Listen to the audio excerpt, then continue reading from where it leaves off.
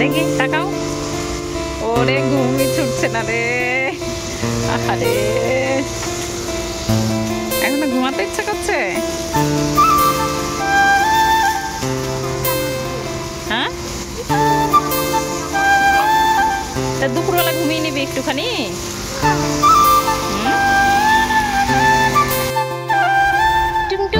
ঠোঁটটা ছেড়ে দাও। সব সময় ঠোঁটটাকে শুধু ধরে রাখবে। নিচের ঠোঁটটা ওর এতটা খারাপ হয়ে গেছে যে ঠোঁটে যদি লিপস্টিক লাগাতে যায় লাগেও না, এরকম ভেতরের মতো প্লেন হয়ে গেছে ঠোঁট ধরে রেখে রেখে। খুব বাজে অভ্যেস। কি পার্কে যেতে ইচ্ছা করছে? পার্কে যেতে ইচ্ছা করছে? পার্কে যেতে হলে স্কুল টাইমের আরো আধ ঘন্টা আগে আসতে হবে, এসে পার্কে খেলা করতে হবে। তারপরে রাজি?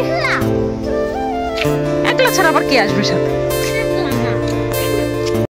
Good morning friends, welcome back to my channel. তোমরা সবাই কেমন আছো? আশা করছি সবাই খুব ভালো আছো, আমরাও ভালো আছি। তো আমার আরেকটি নতুন ব্লগে তোমাদের সবাইকে আরো একবার অনেক অনেক ওয়েলকাম, অনেক অনেক ভালোবাসা। তো তোমরা দেখতে পেলে সকালে ঘুম থেকে উঠে পিহুকে আগে স্কুলে দিয়েছি, আর এখন না পিহুর স্কুলটা আরো বেশি মর্নিংয়ে হয়ে গেছে। তো তাই সকালবেলা উঠে কোনো কাজকর্ম হয় না, মানে ওই পিহুর যেটুকু কাজকর্ম থাকে আর ফ্রেশ হতে, মানে এই সমস্ত মানে ঘরের কাজে হাতই দেওয়া হয় না। তো পিহুকে রেডি করে, পিহুর ব্যাগপত্র রেডি করে পিহুকে নিয়ে স্কুলে যাই, স্কুলে দিয়ে এসে তারপর কাজকর্ম শুরু করি।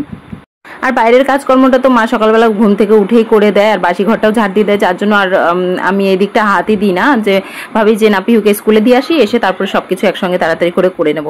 তো দেখো পিহুকে স্কুলে দিয়ে এসে বেডশিটটাকে চেঞ্জ করে নিলাম। অনেকদিন ধরে ভাবছি যে ঘরটা একটুখানি ডিপ ক্লিন করবো, কিন্তু না সময়ই পাচ্ছি না। মানে কত কাজ পেন্ডিং হয়ে পড়ে রয়েছে, আমি সময়ের অভাবে সেই কাজগুলো করতে পারছি না। তো আমার ভিডিও কিন্তু একদিন পর পর আগে ভিডিও ছাড়তাম, কিন্তু না এখন এতটাই ব্যস্ত হয়ে গেছি যে ভিডিওটাও দিতে এত লেট হয়ে যাচ্ছে।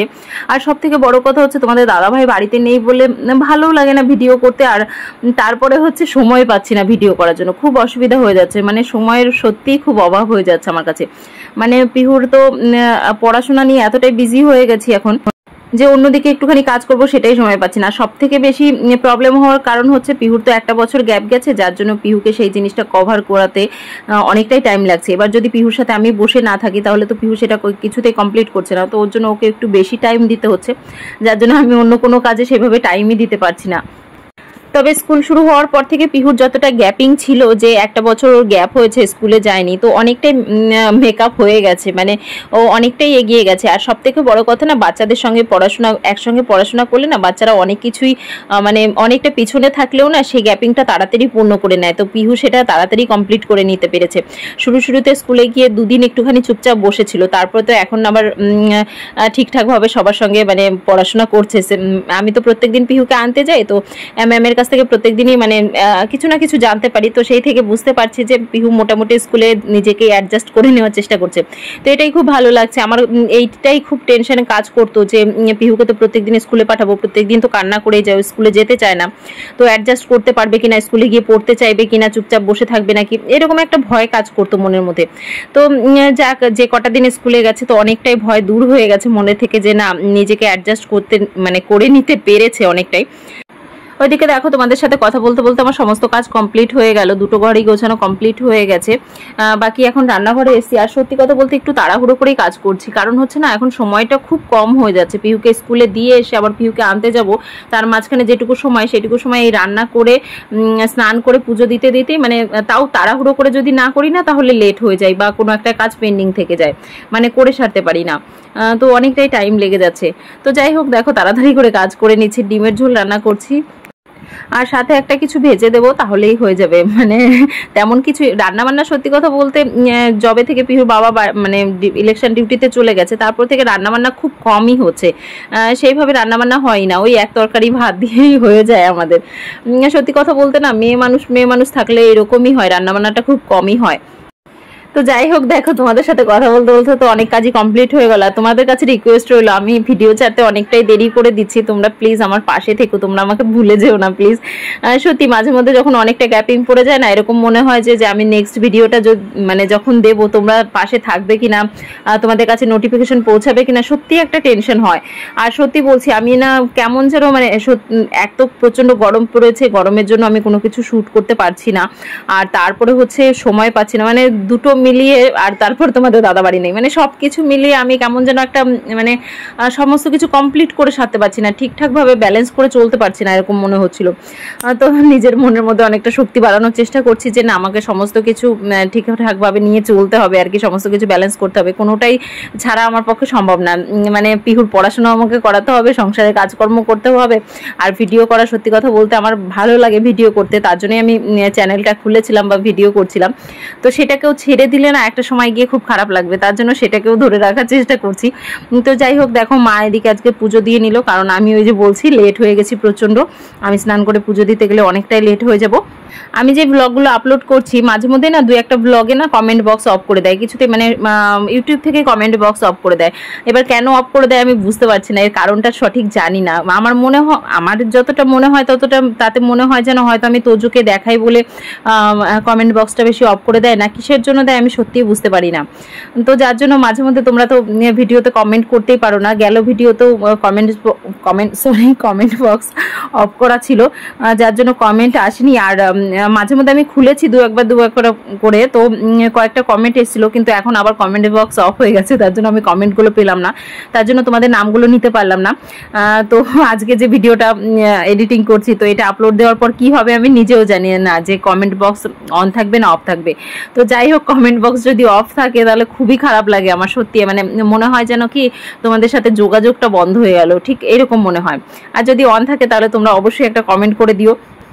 তো এদিকে দেখো ডিমের ঝোল আমার কমপ্লিট হয়ে গেছে, আর এখানে হচ্ছে ভাজছি হচ্ছে আজকে লাউয়ের বড়া করছি, মানে হচ্ছে লাউটাকে ঘষে নিয়েছি, তারপর সেটাকে বেসন দিয়ে নুন, হলুদ, জিরে গুঁড়ো সমস্ত কিছু দিয়ে মেখে নিয়েছি।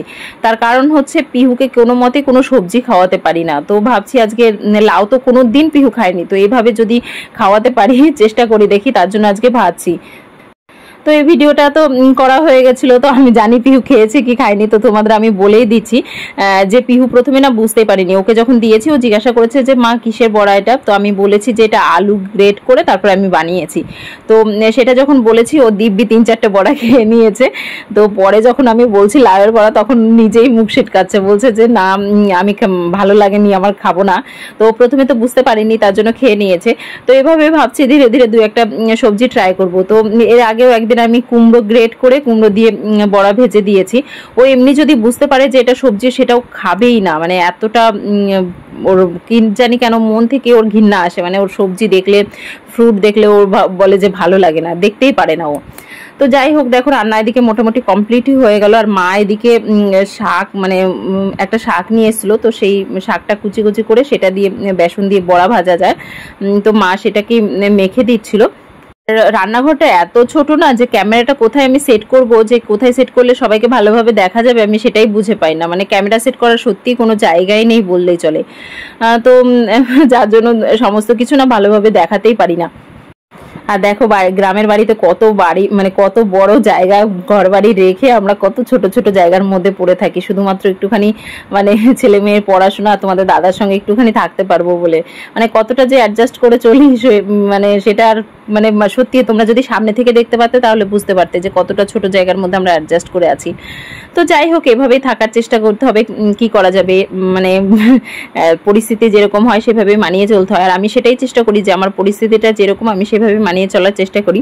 তো এদিকে দেখো অনেকগুলো বড়া ভাজা হয়ে গেল, তো আমি ভাজতে ভাজতে গরম গরম একটা বড়া খেয়ে টেস্টও করে দেখলাম যে ভালো লাগছে কিনা, কারণ ওদের দেওয়ার আগে, তোমাদের তো এর আগের ভিডিওতে আমি বলেছি যে ওদের দেওয়ার আগে আমি একটুখানি টেস্ট করে দেখি। তো এদিকে দেখো যে শাকটা বলছিল মা, সেই শাকটার বড়া ভাজছি, এটা কি শাক বলে জানি না, তবে যখন এটাকে তুলে আনা হয় বা কাটা হয় তো এটার স্মেল হয় প্রচণ্ড একটা বাজে স্মেল, আমার একদমই ভালো লাগে না, কিন্তু নাকি খাওয়া খুব ভালো, আর এভাবে বড়া ভেজে খেলেও নাকি খুব টেস্ট লাগে। তো আমি তো খাইনি, মায়ের জন্যই ভাজছিলাম শুধু। তো এই পাতাটার নাম যে কি বলে আমি সঠিক জানি না, এরপরে একদিন আমি তোমাদের ভিডিওতে দেখাবো পাতাটা, তোমরা কেউ নাম জানলে অবশ্যই আমাকে কমেন্ট করে জানিও। আর এটা তো তুলে এনে মা কাটা হয়ে গেছিলো, আমার দেখানো হয়নি ভিডিওতে, ওই যে চারিদিক সামলানোটা একটুখানি মুশকিলের ব্যাপার হয়ে যাচ্ছে। আর সব থেকে বেশি কষ্ট হচ্ছে গরমে, মানে রান্না করছি একটু পর পর গিয়ে ফ্যানের নিচে বসে ফ্যানের হাওয়া খেয়ে তারপরে আবার রান্নাঘরে আসছি, মানে এতটাই গরম লাগছে কি বলবো।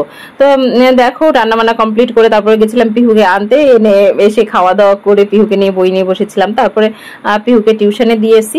পিহু একটুখানি রেস্টও করেছে, ঘন্টাখানিক মতো বসে টিভিও দেখেছে। তো তারপরে এখন হচ্ছে বিকেলবেলা, মানে দুপুরে আর কোনো ভিডিও শ্যুট করা হয়নি। তো বিকেলবেলা পিহুকে টিউশনে দিয়ে এসে এখন ভাবছি গার্ডেনটা একটুখানি ক্লিন করব। অনেক কদিন ধরে এইভাবে নোংরা হয়ে পড়ে রয়েছে, পাতাও পড়েছে অনেক, আর ছোট ছোট ঘাসও হয়েছে।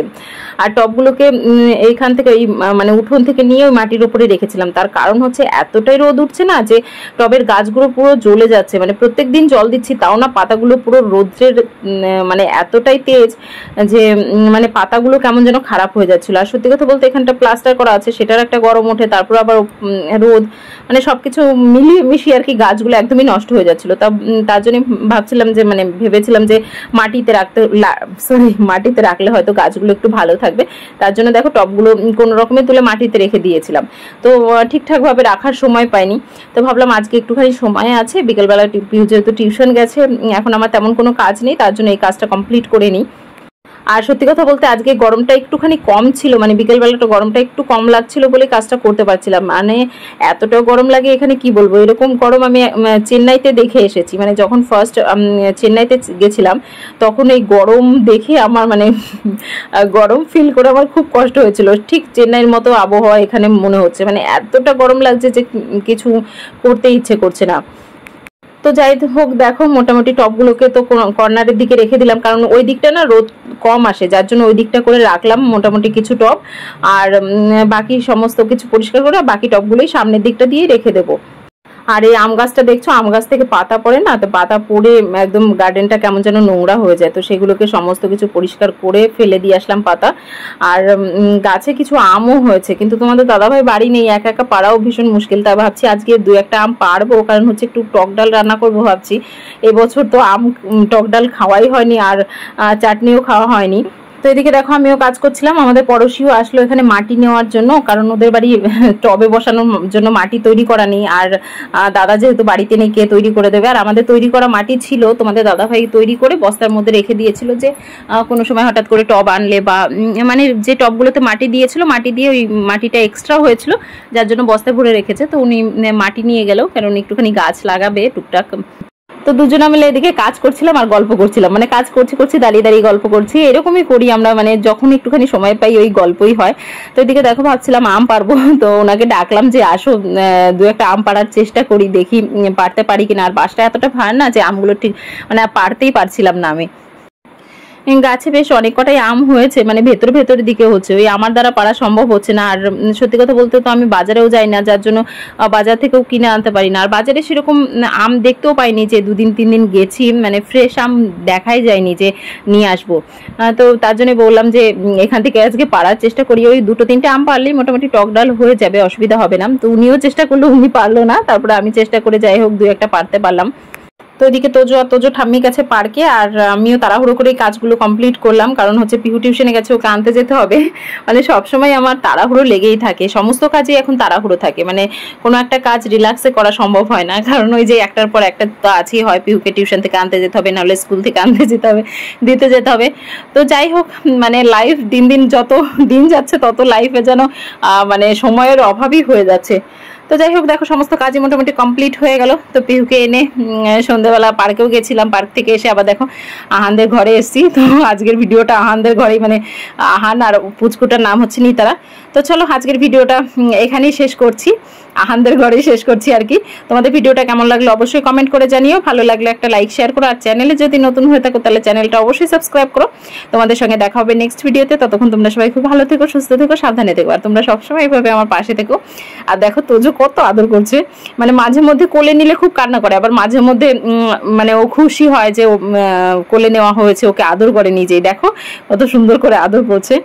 তো ওর মাঝে মধ্যে মানে ওর মন, ওর যদি ভালো লাগে তাহলে আদর করবে, আর যদি ভালো না লাগে তাহলে তো কান্না করতে থাকবে, নেবেই না কোলে। তো চলো সবাইকে গুড নাইট, বাই।